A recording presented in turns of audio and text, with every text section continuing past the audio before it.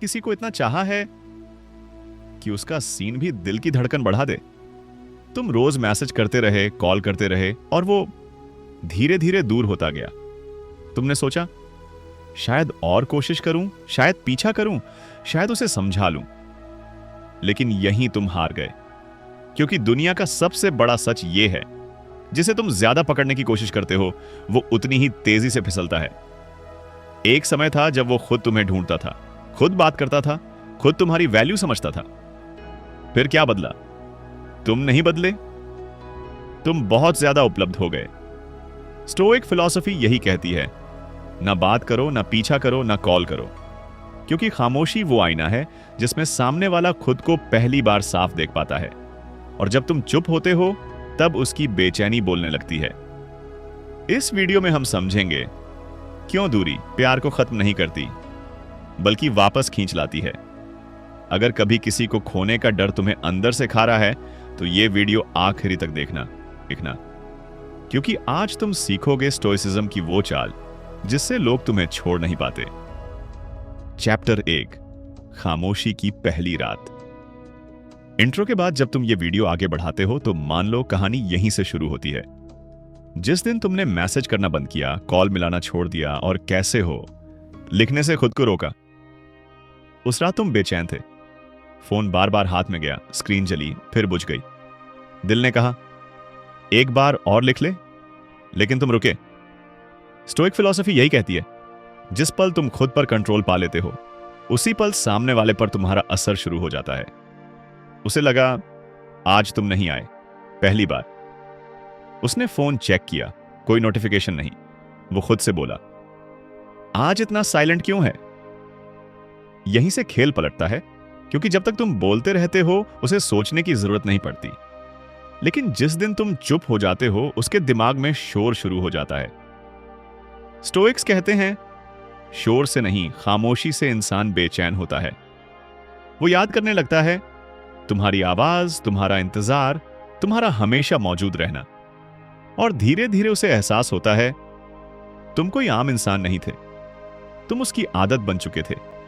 लेकिन ध्यान रखना, यह चुप्पी नाटक नहीं है, यह मजबूरी नहीं है, यह खुद की इज्जत बचाने का फैसला है।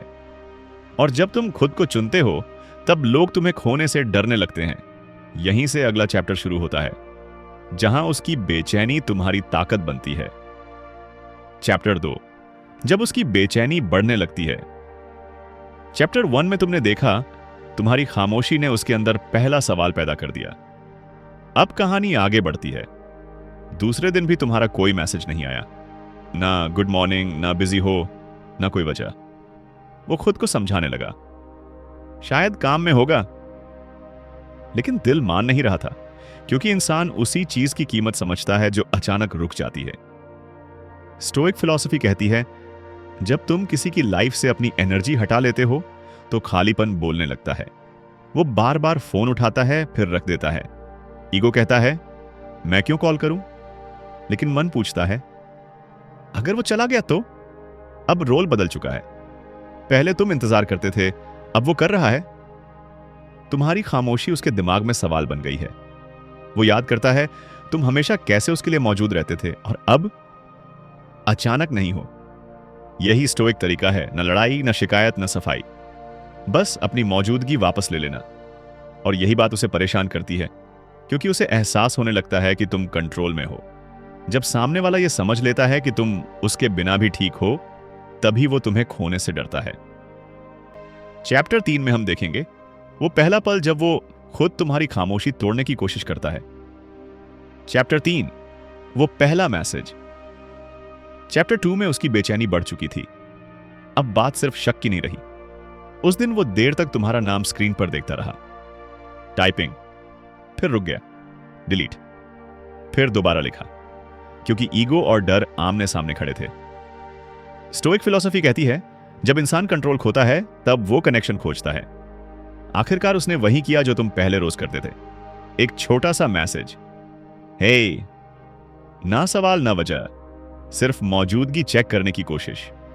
लेकिन असली परीक्षा अब तुम्हारी है। दिल कहेगा तुरंत रिप्लाई कर दे, पर स्टोइक रास्ता कहता है रुको, क्योंकि ये मैसेज प्यार नहीं है, ये बेचैनी है। और बेचैनी को तुरंत राहत नहीं दी जाती। जब तुम तुरंत जवाब नहीं देते, उसका दिमाग खुद ही कहानियां बनाने लगता है। क्या वो बदल गया? क्या उसे किसी और की आदत लग गई? अब वही सवाल उसे चुभने लगते हैं जो उसने कभी तुम्हें दिए थे। और पहली बार ताकत तुम्हारे हाथ में होती है, ना गेम खेलने के लिए बल्कि खुद की कजीमत बचाने के लिए। चैप्टर 4 में हम समझेंगे उस पल क्या करना है और क्या बिल्कुल नहीं करना है, ताकि वो फिर से दूर ना जाए। चैप्टर 4, जवाब जो तुम्हें कमजोर नहीं बनाता। चैप्टर 3 में वो मैसेज कर चुका है। अब सवाल ये नहीं है कि वो क्यों लौटा, सवाल ये है तुम कैसे जवाब देते हो। यहीं पर ज्यादातर लोग सब कुछ खराब कर देते हैं। वो हे लिखता है और तुम पूरा दिल खोल देते हो। लंबा रिप्लाई, पुरानी शिकायतें या अचानक ज्यादा प्यार। स्टोइक फिलॉसफी यहां रोकती है।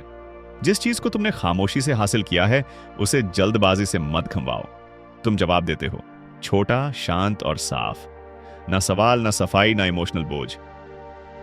सिर्फ इतना कि तुम मौजूद हो लेकिन उपलब्ध नहीं। यही फर्क है।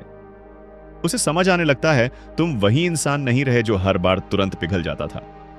अब वो खुद बात आगे बढ़ाने की कोशिश करता है।